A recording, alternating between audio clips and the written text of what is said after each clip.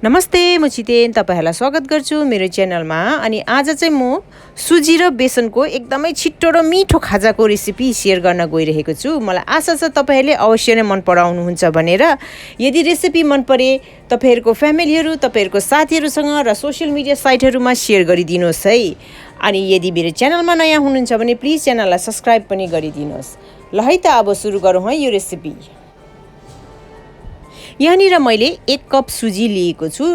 तपाईहरुले ठूलो बटुकाको 1 बटुकाको नाप पनि गर्न सक्नुहुन्छ। सुजी नापेकै कपबाट आधा कप चाहिँ म यहाँनिर दही राख्दै छु, तर दही अमिलो भए अझै राम्रो हुनेछ। सुजी र दहीलाई मज्जाले मिक्स गर्ने। दही र सुजी राम्रो फिटिसकेपछि अब पानी राखेर यसलाई मज्जाले फिट्ने।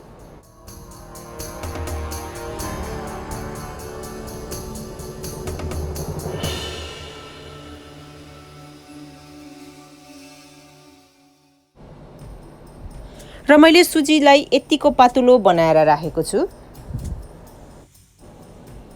यति गरिसकेपछि 15 मिनेट छोपेर राखिदिने। 15 मिनेट भइसक्यो। 15 मिनेट बाद सुजी फुलिएर अलिकति बाक्लो भएको छ र यतिको कन्सिस्टेन्सीको पर्फेक्ट छ। र अब यसमा म 2 चम्चा बेसन राख्दै छु। बेसन अप्सनल मात्र हो, राख्नु मन परे राख्दा पनि हुन्छ, तपाईहरुलाई राख्नु मन नपरे नराख्दा पनि हुन्छ। यसलाई मज्जाले फिटिदिउँ सुजीसँग फेरि। र ब्याटर रेडी छ। अब सब्जीहरु पनि हेरिहालौं है त। यहाँनिर मैले मसिनो गरेर गाजरलाई काटेर राखेको छु, अलिकति प्याज पनि लिएको छु, मसिनो गरेर काटेको छु, अलिकति बन्दाकोपी पनि लिएको छु, मसिनो गरेर काटेको छु, टमाटर सानो लिएको छु, त्यसलाई मसिनो काटेको छु, अदुवाको पेस्ट लिएको छु 1 चम्ची, अनि अलिकति धनिया लिएको छु, मसिनो गरेर काट्ने सबै सामग्रीलाई। काटेको सब्जीहरु सबै ब्याटरमा मिक्स गरिदिने छ हैन। कति सजिलो यो बनाउनलाई। सानो चम्चाको आधा चम्चा धुलो खुर्सानी, सानो चम्चाको आधा चम्चा चाट मसला पनि, नुन स्वाद अनुसार, एकदमै थोरै मात्रामा सोडा, बेकिङ सोडा पनि राख्न सक्नुहुन्छ या बेकिङ पाउडर पनि राख्न सक्नुहुन्छ। र अब यी सबै सामग्रीलाई मज्जाले मिक्स गर्ने।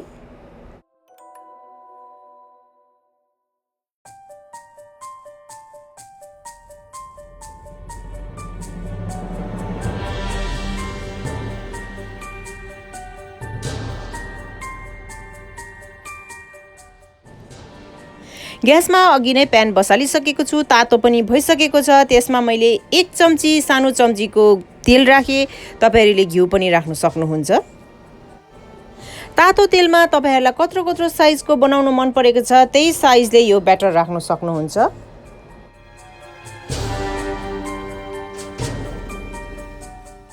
ब्याटरलाई प्यानमा राखेपछि कभर गरेर मिडियम टु लो हिट राखेर 3 मिनेट मज्जाले पकाउने।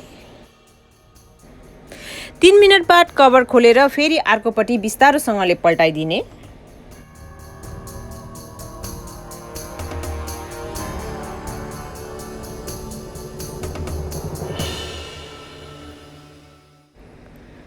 अर्को साइड पनि छोपेर 3 मिनेट नै पकाउने। र दुवैपट्टि पर्फेक्टली पाकिसकेको छ यो। र पनि म यसलाई माथिबाट हल्का यसरी प्रेस गर्दै एकछिन तावामा पकाउँछु।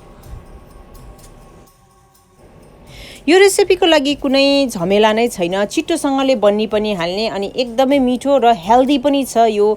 तपाईहरुको परिवारले अवश्य नै मन पराउनु हुनेछ। ट्राई गर्नुहोस् कस्तो हुन्छ अनि मलाई कमेन्ट पनि गर्नुहोस्। ल हेर्नुस् त कति खाउ लाग्दो बनिएन।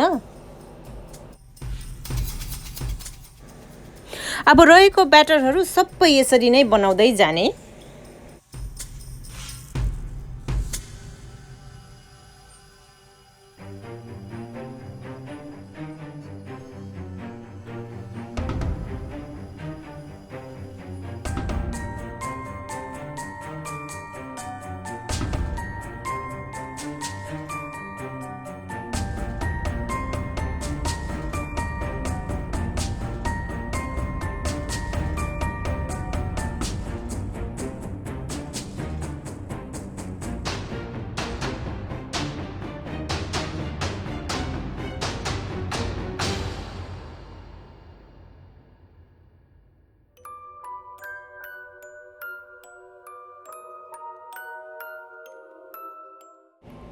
र यो खाजासँग खानको लागि तपाईहरुले केचप लिन सक्नुहुनेछ, दही लिन सक्नुहुन्छ, तपाईहरुको फेभरेट सस कुनै पनि फेभरेट सस लिन सक्नुहुनेछ र इन्जोय गर्नुहोस् है।